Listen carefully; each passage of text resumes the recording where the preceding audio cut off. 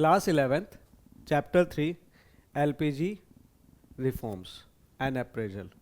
So this chapter is focused upon the next stage of reforms that the Indian government took.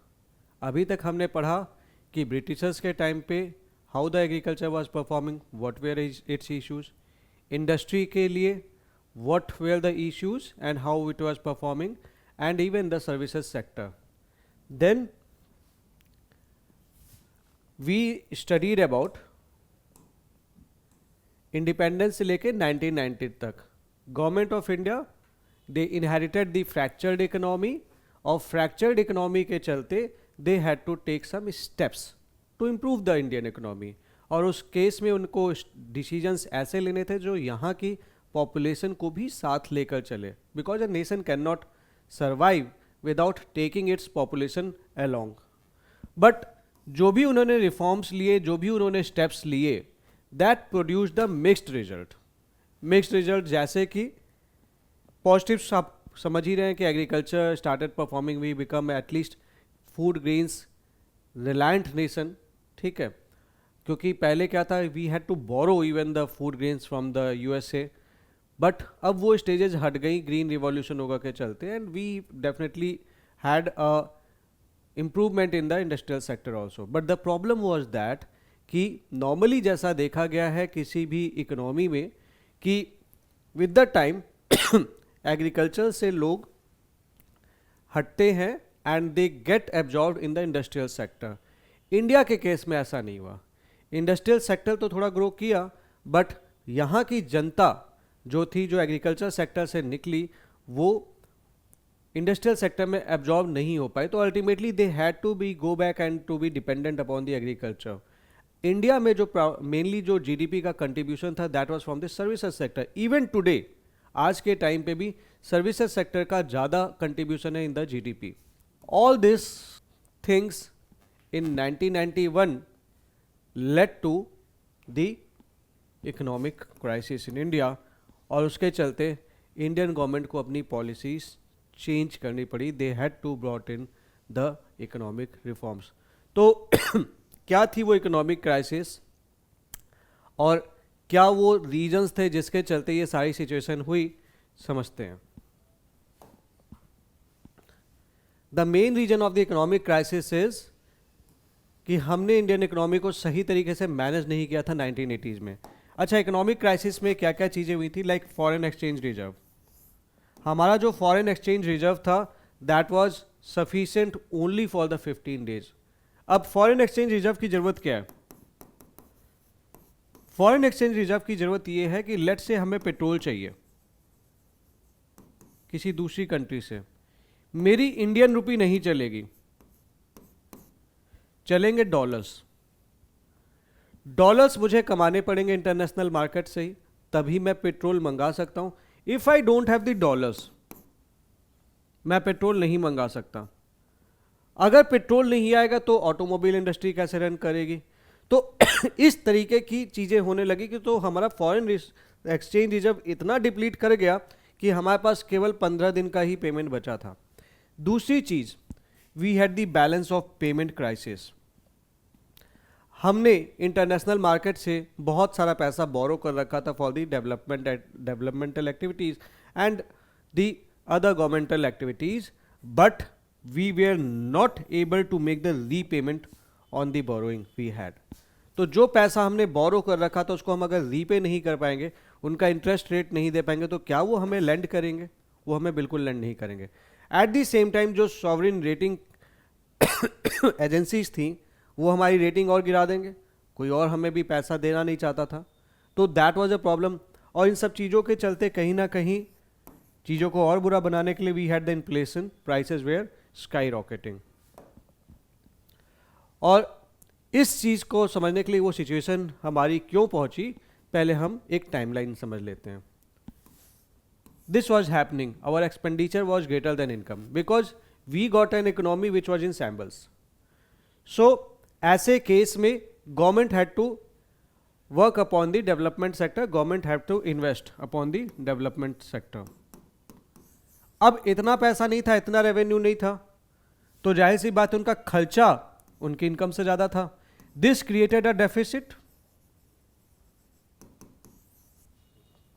Problem, that was a problem.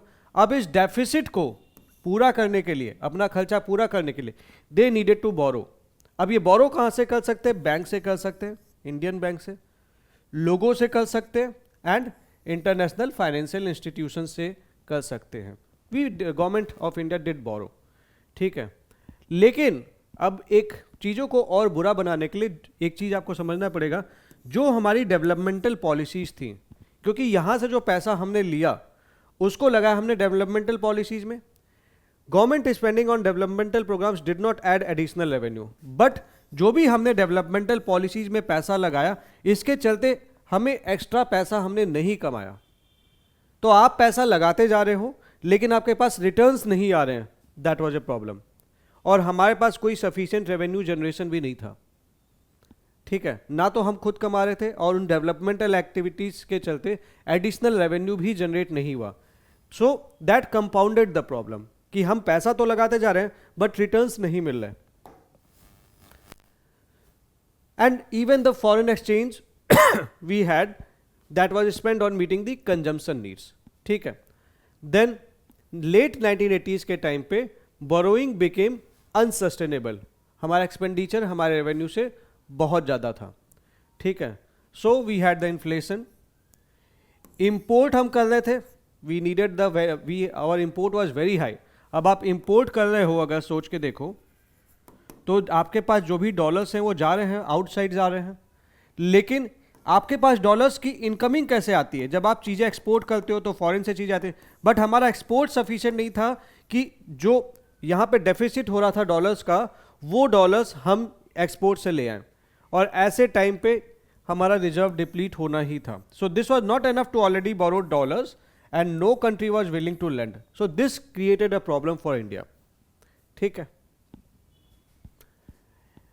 so this created the economic crisis and India approached International Bank of Reconstruction and Development and IMF पे India गया, बोला कि भैया हमको पैसा चाहिए because we need to पे.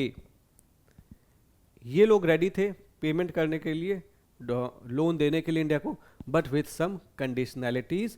And वो कंडीशनैलिटीज़ जो लगाई, गवर्नमेंट ऑफ इंडिया को वो बात माननी पड़ी. और वो ही कंडीशनैलिटीज़ को हम जानते हैं इकोनॉमिक रिफॉर्म्स के नाम पे. $7 billion they give the loan with conditions. उन्होंने क्या बोला कि liberalise your economy, open up your economy, so that, क्योंकि आपकी जो अभी इकोनॉमी है that is the you are playing on the restrictive policies and international trade में, मतलब like this is not right in the international trade. Allow the private sector to grow, allow the MNCs to come to your country and invest, so that ये issue दोबारा raise ना हो.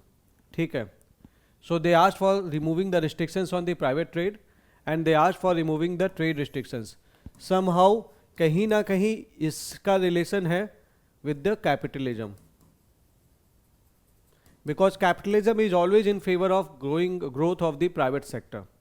ठीक है, and you know developed countries are being run by the private sectors primarily. कहने के लिए जो पावर है वो गवर्नमेंट के हाथ में है, but it's the private sector which actually decides the things. So that was the impact of capitalism. So they asked the Indian government to liberalize and open the economy, remove restrictions on private sector, remove the trade restrictions. ठीक है, so that developed countries get a new market, a proper market जहाँ पे उनकी चीज़ें flow कर सकें and they would be earning. India didn't have an option, so India announced the new economic policies in 1991. Two type of measures were taken. Stabilization measures, which were the short-term measures, which was to control balance of payment and inflation crisis. तो वो short term जो भी measures लिए गए, that is the stabilisation measures. And then we went on for the structural reforms, जो कि long time में India के इकोनॉमी में it will bring the changes. And what are those reforms? They are the liberalisation, privatisation and globalisation, which is the topic of this unit, which is the main focus of this unit. What is liberalization? Liberalization is simple, the process of reducing government restrictions and controls on private economic activities. Simple सी चीज़ है, private economic entities हैं उनके ऊपर आपका जो hold है वो थोड़ा सा कम करना है, और ये हर जगह पे, whether it is like industrial sector, whether it is financial sector, whether it is in terms of tax reforms, whether it is in terms of foreign exchange reforms, whether it is trade and investment policy reforms। तो ये हर जगह पे आपको करना है। इस 5 headings में हम इन चीज़ों को समझते हैं। Deregulation of industrial sector. You know that before 1990, industrial sector was highly regulated. Highly regulated in the sense, अगर आपको एक नई फर्म खोलनी है तो you need the licence, you need the licence to open the firm, you need the licence to close the firm, you need the licence कि आपको कितना आप प्रोडक्ट बना सकते हो, and you need the licence to even make the new product, that is even to diversify. तो there was indirect complete control of the government over the private firms, indirect ही सही। तो उन्होंने बोला कि इस चीज को हटाइए, because it has led to licence raj, even it led to stifling of the competition. Smaller firms या फिर दूसरी जो फर्म्स थी, एक फर्म दूसरी फर्म को नहीं आने देना चाहती तो लाइसेंस खुद ही खरीद लेती थी, उस पर काम नहीं करती थी, बट उनके पास लाइसेंस होता तो दूसरी फर्म को लाइसेंस नहीं मिला, तो इस केस में कंपटीशन को भी स्टिफल करते थे। एक तो ये हो गया। दूसरी बात, कंज्यूमर के पास चॉइसेस नहीं थी, तो व्हाई विल दे इंप्रूव? तो they didn't have the choices.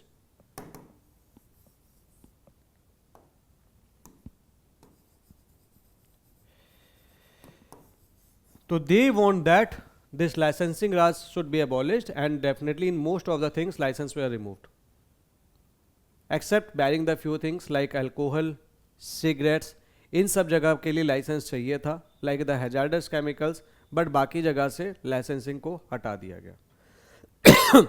Second thing, private sector बहुत सारी सेक्टर्स में अलाउड नहीं था, like ब्रेड बनाना भी अलाउड नहीं था, कम्युनिकेशन वगैरह में भी अलाउड नहीं था, ठीक है, तो टेली कम्युनिकेशन वगैरह भी अलाउड नहीं था। Now they were allowed in these sectors, except 3 main sector थे जहां पे उनको अलाउंस नहीं मिला, दैट वाज एटॉमिक एनर्जी, यहां पे अभी प्राइवेट सेक्टर रिस्ट्रिक्टेड ही था, defence, railway, that remained under the control of the government. बाकी उनको बोला उन्होंने कि आप इस जगह पे भी काम कर सकते हैं। Then the small scale industries, many goods were reserved earlier, but now these goods were unreserved, कोई भी बना सकता था। Control on the price fixation and distribution of selected industrial products, ठीक है, इस चीज से भी गवर्नमेंट ने अपना कंट्रोल कम किया। So these changes way brought in the industrial sector. Then financial sector reforms. What is financial sector? So financial sector, it includes the financial institution जैसे कि आपकी commercial bank, investment bank, stock exchange operation, foreign exchange market. RBI का इसमें बहुत बड़ा role होता है। RBI का रोल घटाना जरूरी था because there was tight control on the financial sector. तो RBI का role was reduced and it was transformed from a regulator to the facilitator of the financial sector. मतलब बहुत सारे चीज़ों में, डिसीजंस में, without consulting the RBI, these financial institutions could take the decision. For example, there was this Narasimham committee of 1991, इन्होंने propose किया था कि that they had propose the deregulation of interest rate infrastructure and said interest rate should be determined by market forces and not the RBI, ठीक है। तो RBI बहुत सारे decisions लेती है बैंक के लिए, but they said that कि don't be a regulator, be a facilitator and let them grow naturally, ठीक है। So this reform policies led to the establishment of private sector banks both in both the Indian and foreign private banks. Foreign investment limits in bank was increased, 74% कर दिया गया। FII, for example, merchant bankers, mutual funds and pension funds, they were allowed to invest in Indian financial market. Tax reforms भी लाए गए, like tax reforms में पहली चीज तो हमने चीज़ों को सिंप्लीफाई करने की कोशिश की। दूसरी बात, डायरेक्ट टैक्स दैट इज आपके जैसे इनकम टैक्स हो गया, इसको कम करना शुरू किया गया। पहले हमारा इनकम टैक्स बहुत ज़्यादा था, इट वॉज वेरी हाई। जब आपके पास इनकम टैक्स बहुत ज़्यादा है, सो ऑब्वियस ही बात है you will be engaged in tax evasion. आप टैक्स इवेजन में लग जाएंगे, भाई क्या कहते हैं हमें टैक्स नहीं देना है, टैक्स की चोरी कहते हैं इसे। दूसरी चीज, you won't be disclosing your income faithfully. ना तो आप इनकम डिस्क्लोज करना चाहेंगे और आप टैक्स इवेजन करना चाहेंगे। इनका माइंड ये था कि अगर हम इनकम टैक्स घटा दें और एक मॉडरेट इनकम टैक्स रखें, एक जेन्युइन इनकम टैक्स रखें, तो लोग टैक्स की चोरी नहीं करेंगे और इनकम को डिस्क्लोज करेंगे, तो रेवेन्यू ऑटोमेटिकली बूस्ट करेगा। And for that reason direct tax was reduced. Same applies for the corporation tax. Tax evasion ये भी करते थे, इनकम ये भी कम दिखाते थे, इनसे भी वही एक्सपेक्टेशन थी। Corporation tax, we had one of the highest corporation tax in India, उसको घटा दिया गया।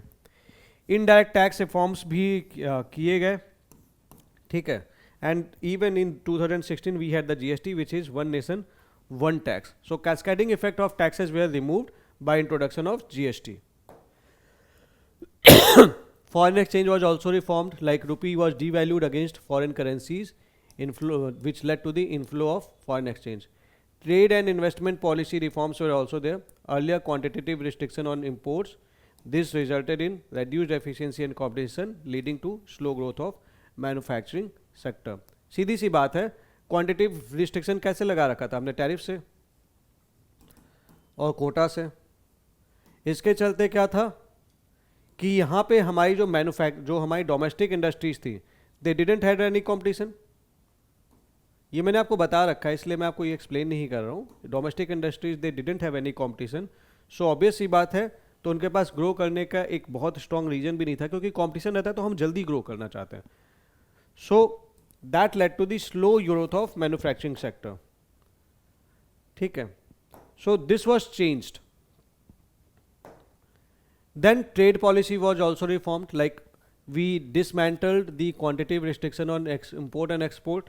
ठीक है, हमने टैरिफ रेट घटाए और हमने लाइसेंसिंग प्रोसीजर्स इंपोर्ट्स के लिए हमने हटा दिए। Import licensing was abolished except for hazardous and environmentally sensitive industries. Export duties was removed to increase the competitive position of Indian goods in international market.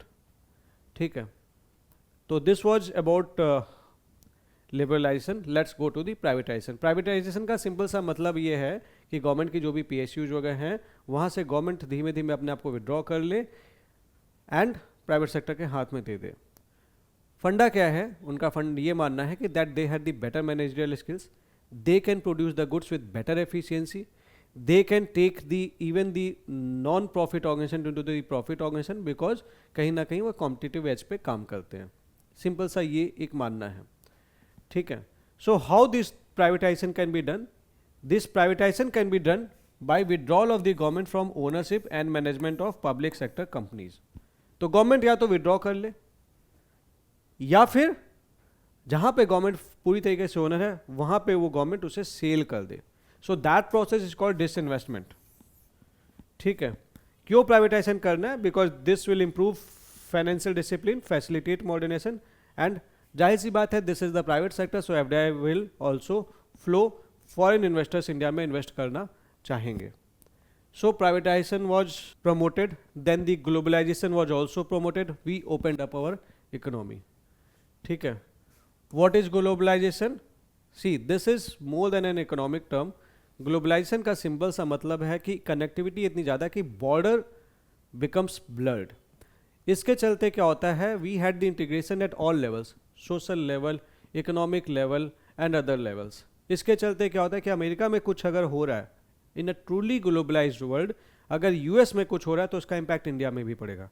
जैसे आज की डेट में अगर बिहार में कुछ होता है तो समहाउ महाराष्ट्र में भी असर पड़ सकता है।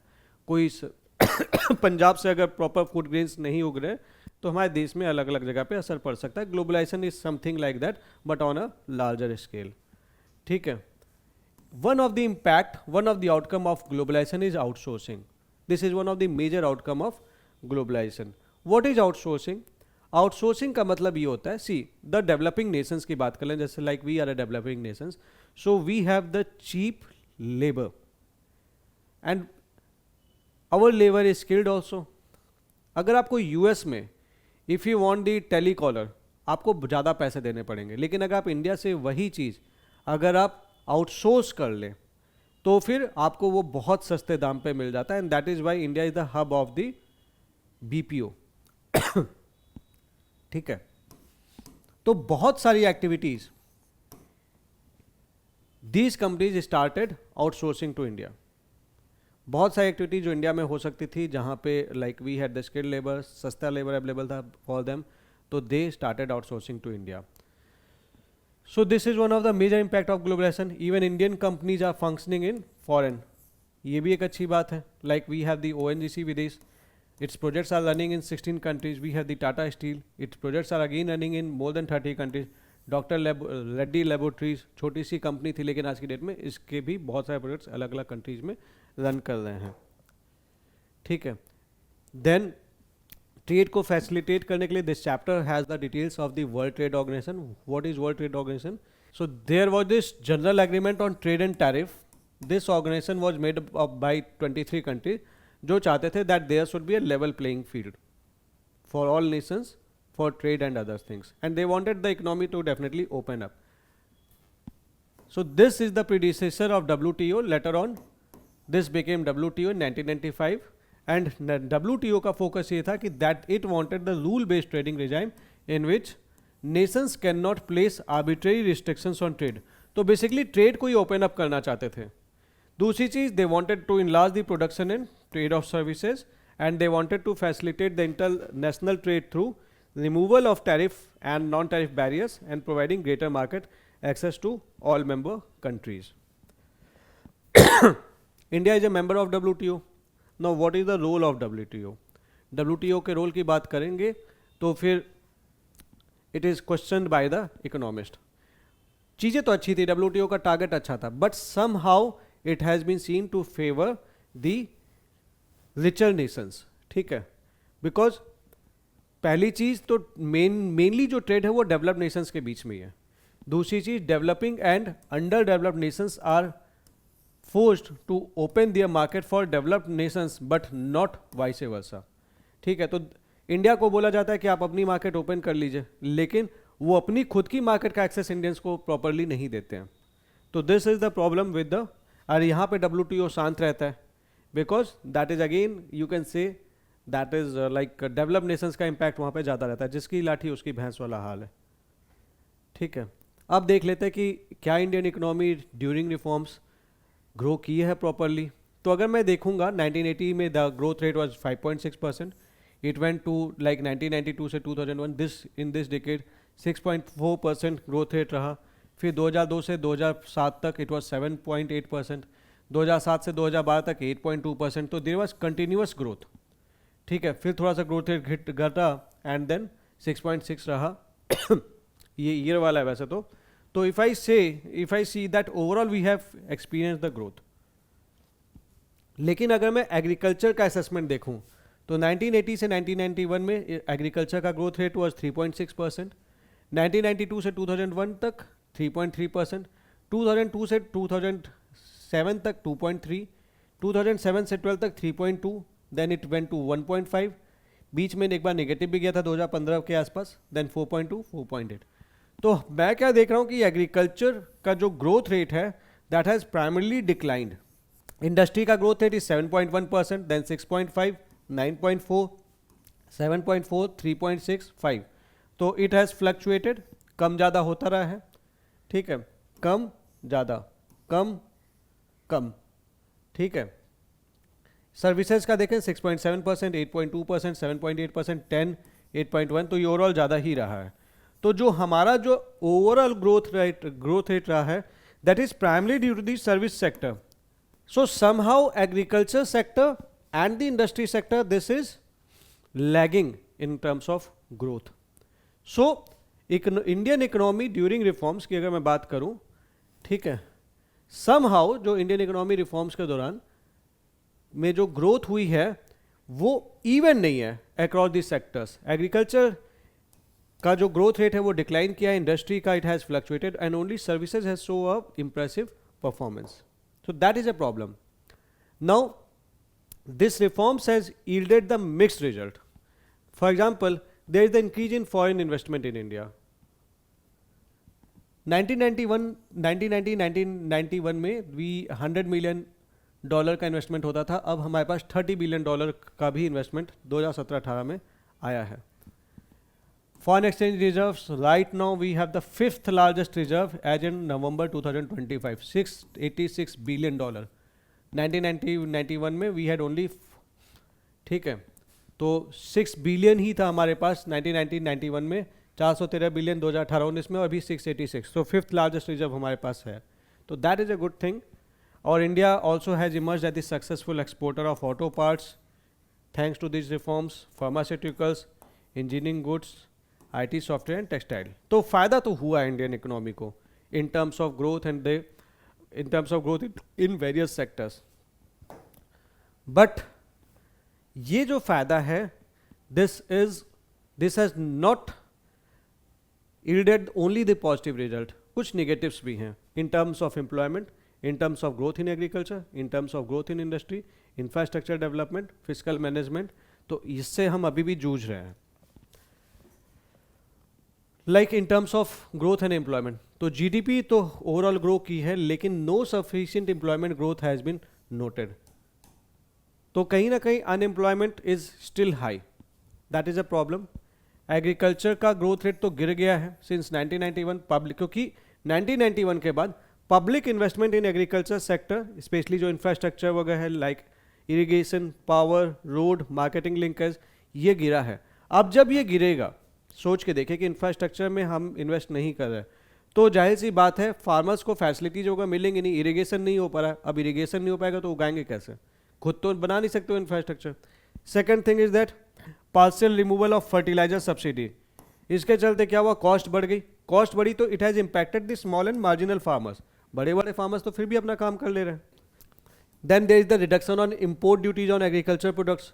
सो कहीं ना कहीं इन फार्मर्स को फेस करना पड़ा है competition from the international market, जो बड़ी बड़ी कंपनीज हैं. तो वहाँ के चलते, उसके चलते क्या हो रहा है कि they are again facing the issues.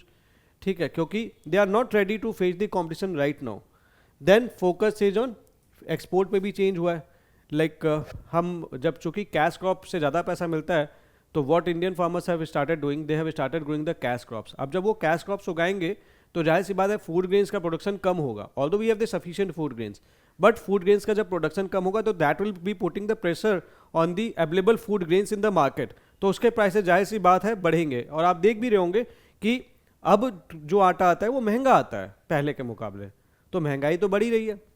Then the industries, industrial growth की मैं बात करूं तो there is a slow down in the industrial growth because there is the decrease in demand of the domestic products, क्योंकि foreign से सस्ता माल आ जा रहा है. लाइक चाइनीज टॉय, ठीक है, चाइना से जो टॉय बन के इंडिया में आ रहे हैं वो सस्ते भी हैं और बेहतर भी हैं. तो उसके चलते इंडिया की पूरी टॉय इंडस्ट्री बर्बाद हो गई. So because they have the cheaper import and inadequate investment in infrastructure etcetera are being there. Disinvestment, अब देखो एक चीज समझना, गवर्नमेंट ने अपने टारगेट्स तो मीट कर लिए डिसइन्वेस्टमेंट के. लाइक 1991 में दे हैड द टारगेट कि 2500 करोड़ हमें डिसइन्वेस्टमेंट से कमाना है. गवर्नमेंट ने 3040 करोड़ निकाले, मतलब कमाए. ठीक है, 2017-18 में the target was 1 lakh crore, तो गवर्नमेंट के पास 1,57 करोड़ आए. लेकिन what are the issues? Now the issues ये हैं कि the asset of public sector enterprises have been undervalued and sold to the private sector. So किसका लॉस है? गवर्नमेंट का लॉस है, और गवर्नमेंट का loss is the public loss. तो इनको अंडर वैल्यू करके प्राइस मतलब दिया गया है, तो वो प्राइसिंग जो इस पे इनको दिया गया उस प्राइसिंग से कहीं ज़्यादा प्राइस गवर्नमेंट के पास पहुंच आना चाहिए था. सो that is the problem with that.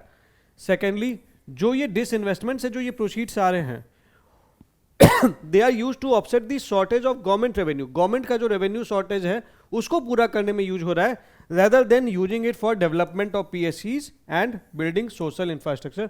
So this is another issue. और इसी चीज़ के लिए चूंकि अब आप इधर इन्वेस्ट नहीं कर रहे हैं, आप इधर इन्वेस्ट नहीं कर रहे हैं तो कहीं ना कहीं डेवलपमेंटल एक्टिविटीज स्लो हो रही हैं, ठीक है। Then reform and physical policies, like it has limited the growth of public expenditure specially in the social sector. Tax reduction, सोचा गया था कि भाई टैक्स इवेजन कम होगा, रेवेन्यू बढ़ेगा, बट टैक्स रेवेन्यू नहीं बढ़ा टैक्स रिडक्शन के बाद भी। Tax incentive to the foreign investors reduce the scope of reducing tax revenues further। जैसे हमने फॉरेन इन्वेस्टर्स को टैक्स इंसेंटिव दिया तो फिर ऑब्वियस ही बात है टैक्स रेवेन्यू के इंसेंटिव हमने जाने दिए। So this has the negative impact on developmental and welfare expenditures. So overall अगर मेरे से आप असेसमेंट की बात करेंगे, इस चैप्टर में भी जैसा लिखा हुआ है, the things are mixed. In terms of sectors की मैं बात करूं तो agriculture sector was not very much benefited, rather it the growth has declined. Industries की बात करेंगे अगर तो इंडस्ट्रीज में भी ग्रोथ जो है वो फ्लक्चुएटेड थी। Mainly service sector has grown due to the LPG reforms.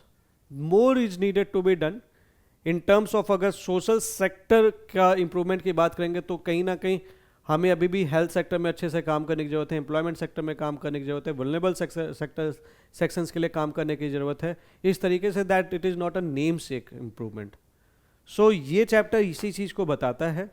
And इसके बाद नेक्स्ट यूनिट जो है वो ये है, that is the current challenges जो कि इंडियन इकोनॉमी फेस कर रही है। इसमें 4 चैप्टर्स हैं primarily, that is human capital formation. तो what about the human capital, rural development, because most of the India गांव में ही रहता है, उसके बारे में हम पढ़ेंगे, employment and environmental and sustainable development.